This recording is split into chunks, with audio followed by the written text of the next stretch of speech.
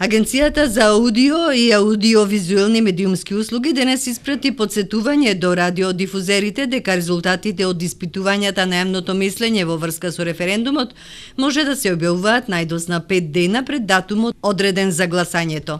Оттаму резултати од анкети на јавното мислење може да се објавуваат заклучно со понеделник 24 септември 2018 година.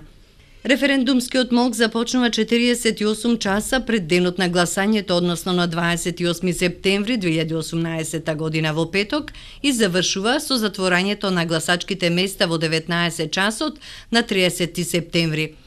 За време на молкот треба да престанат сите облици на јавна пропаганда поврзана со референдумот. Агенцијата за аудио и аудиовизуелни медиумски услуги упати за повеќе детали што се смета за прекршување на молкот, радиодифузерите да го консултираат упатството за медиумско представување за време на референдум, достапно на незината веб страница во банерот Референдум 2018. Од агенцијата најавија дека следната недела ќе бидат објавени извештаите за констатираните прекршувања и првиот извештај за медиумско покривање на референдумот.